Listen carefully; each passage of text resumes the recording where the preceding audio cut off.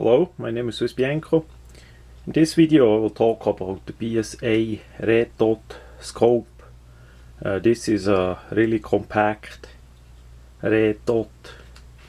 It just comes in red. There is no way to change it to green. As we look at the packaging, that's gonna look like this. The number of it is rd20cp scope. We see that on the upper right side there. And there we see some more technical information. It's a 5 MOA red dot, 11 position brightness control, 20mm lens. It's a rather small one, and it is for the Piccadilly Weaver rail. Has a 1-year limited warranty. On the back side we see that it is made in China, of course, and the website of the BSA company, bsaoptics.com. Those BSA brand, I never had much problem with that so far. This one I got in used, so that's gonna get mounted on a smaller handgun, and we see how that's gonna work. I'm not gonna put it on the rifle. What is a bit on the flimsy side is that cover that go over it. Basically, apparently it is something. Actually, I need to turn it around quite likely. Yeah, it's something like that. So it doesn't work good at all. It simply sits on it like a rubber strap thing.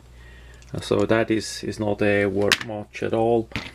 As we look, what came with it was the Allen wrench and the manual. Of course, we have again a piece of fabric to clean the lenses. This one is just a 1-year limited warranty, and yeah, you can register it for the warranty as well. That's the register card. And then we have here the manual. That is for a couple of different BSA red dots. Usually you hardly use the manual at all. It's pretty simple to do. We still gonna have a look quick, and you can stop the video to read it a bit better. Of course, BSA makes a lot of different red and green dot. I see even there is a blue dot on the far right. No idea why you would have to have a blue dot, but maybe on certain surroundings that would work. Could never test it out so far. The main problem with the red dots is a bit the battery. So they use different kinds of batteries. The rest, to adjust it, to mount it, it's basically like any other scope. So that is absolutely easy. You need a bit time and ammunition to sight it in if you're not gonna use a laser bore sighter, which nowadays are really cheap to get in USA. That saves you ammunition. Like for the 22 caliber, that currently still the ammunition is a bit trouble in USA, completely unexpected. I did never think we have such much trouble to get 22 ammunition in USA as we have still currently, especially for the high prices. Then for sure a laser bore sighter would make sense. There are items that you can put into the muzzle that are having adapters for different calibers, so that is well spent money. So then you can adjust the red dot right on the laser dot where you have it. The bullet is not gonna hit 100% there, but still it's gonna do pretty well.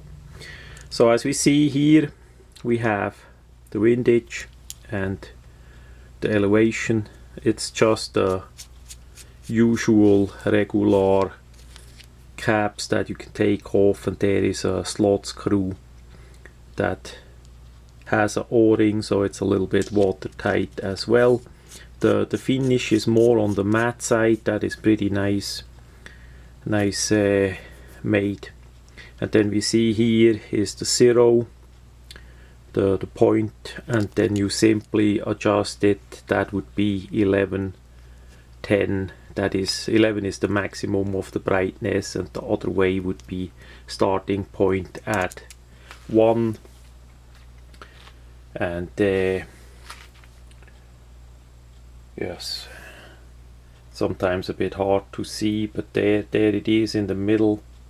That is on the lower, on 1. Now we go up to 11. That is way brighter.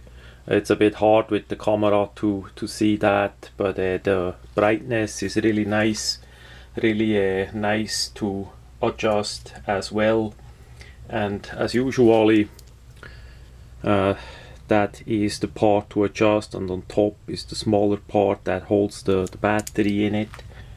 So it is a bit tough to open up, but we just have the regular style compartment, and there we see the lithium battery. It's a rd20cp.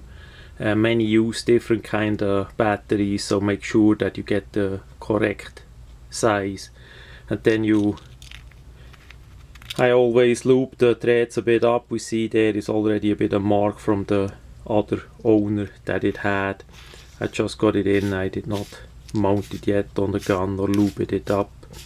So you hold it and screw the upper part back home. Make sure that you won't let it go on, that it is on 0 to save on the battery. On the other side we see the BSA print in a goldish color. That would be easy to change. I may gonna paint it a bit more in a even more matte black as well. I don't know yet. And on the bottom part we see the quality control sticker from BSA and made in China. It's a bit hard to see over here, it's all blacked out. And the mount is a weaver, as I did say. It's pretty solid, made into the body part, and this part here clamps it then on the weaver. You need the Allen wrench to put it on, and once, if you want to let it sit on it, put a bit Loctite on it. And what I gonna do, quite likely actually we have here a bit of weaver too, so we're gonna quick put that on a bit. It's basically that it sits like this, and then you need to screw it on so the thing clamps here. And the thread quite likely is gonna look a bit out, and depending on how far it looks out, I'm gonna get me a nut and double secure it there. That we're gonna see, but apparently how it looks, I'm gonna mount on a nut there. That's gonna stick out well enough that it is a bit on the scratchy side, so I always put a bit of nut over it. That gives also additional security. And that's gonna look like this. It's really low on the weaver, so you may need a riser for the firearm that you're gonna use it on. If you use it on a pistol, like a 22 pistol, like I'm gonna use it for, that is come in handy that it is so low on it. But if you wanna use the same on a R15, you need a riser. But those are really easy and cheap to get as well. You just need to make sure how high it needs to be. They come in different heights, of course. So that much about the BSA red dot scope. Quality wise, it looks pretty nice, should last well, and the customer service from BSA is really good as well.